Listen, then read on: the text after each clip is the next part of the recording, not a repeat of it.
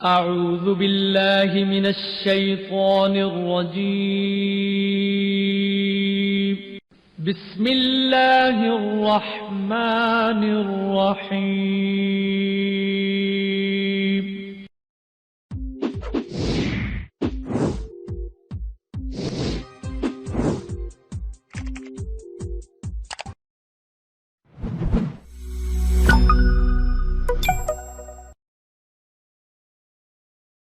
السلام علیکم ویورز، میں ڈاکٹر شمشیر حیدر آپ کو اپنے چینل میں ویلکم کہتا ہوں۔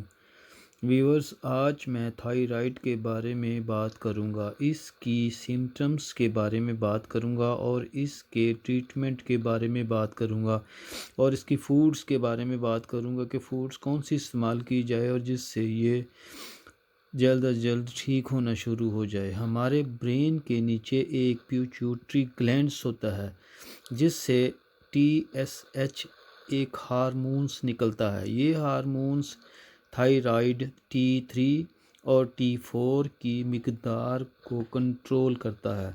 اگر کسی کو تھائرائیڈ ہو جائے تو اس کا مطلب یہ ہے کہ اس کا T3 اور T4 ہارمونز مناسب مقدار میں نہیں نکل رہا۔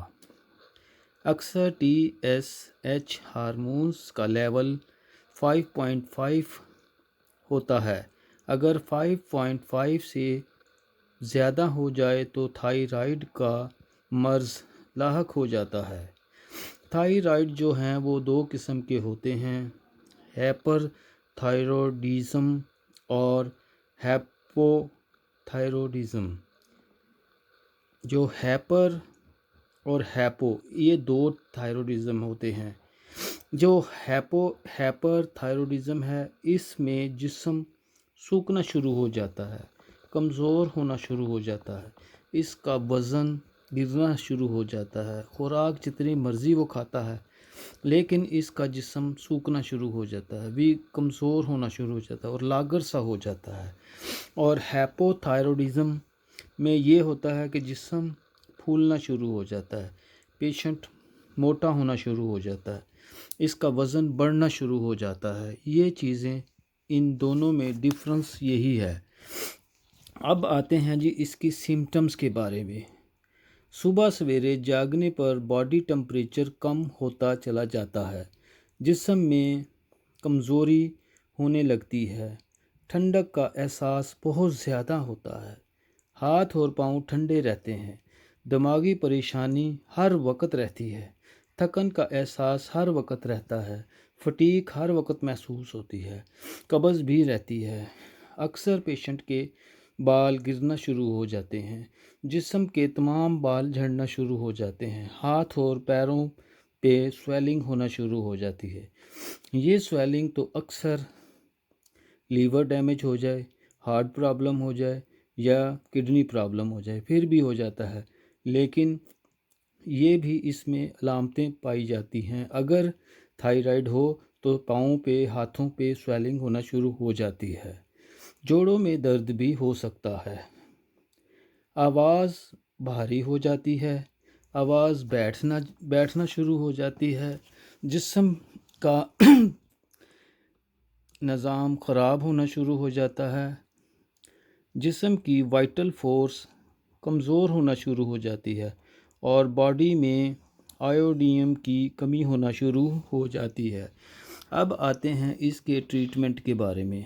ٹریٹمنٹ میں یہ ہے کہ ایک آیوڈیم میڈیسن ہوتی ہے، یہ 200 میں استعمال کرتے ہیں صبح کو۔ ایک میڈیسن ہوتی ہے آیوڈیم جو ہے 200 میں صبح استعمال کرنی ہے، اور ایک تھائروڈینم میڈیسن ہے ہومیوپیتھی کی، یہ 200 کی لے لینی ہے، یہ شام کو پی لینے ہیں۔ اب آیوڈیم کے 5 قطرے آپ نے صبح پینے ہیں اور تھائروڈینم کے 5 قطرے شام کو پی لینے ہیں یا رات کو پی لینے ہیں۔ اس کے ساتھ ساتھ ایک R51 میڈیسن آتی ہے جرمنی کی، یہ بھی ریکویج کمپنی کی ہے، یہ آپ نے 10 قطرے صبح پینے ہوتے ہیں، 10 قطرے شام کو پینے ہوتے ہیں، 10 قطرے رات کو پی سکتے ہیں۔ یہ آپ نے 3 سے 4 ٹائم استعمال کرنی ہے ریگولر، لیکن جو صبح والی ہے صبح کو استعمال کرنی ہے، رات والی رات کو استعمال کرنی ہے۔ اب میں آپ کو فوڈ کے بارے میں بتاتا ہوں کہ آیوڈیم کے جو پیشنٹ ہیں ان کے لیے فوڈ کون سی ہونی چاہیے۔ اس میں یہ ہے کہ جو ایگ ہے وہ ہفتے میں 3 مرتبہ ایگ استعمال کرنا چاہیے، ہفتے میں 2 مرتبہ جو ہے وہ مرغی استعمال کرنی چاہیے، اور ہفتے میں 1 مرتبہ فش استعمال کرنی چاہیے۔ یہ ہفتے میں ایک روٹین سے بنایا جائے اور روٹین میں استعمال کی جائے تو تھائرائیڈ بہت جلدی ٹھیک ہونا شروع ہو جاتا ہے۔ اگر آپ کو میری ویڈیو پسند آئے تو اس کو لائک کیجیے گا، سبسکرائب کیجیے گا، بیل آئیکن کے بٹن کو دبا دیجیے گا۔ نیکسٹ ویڈیو کے لیے اللہ حافظ۔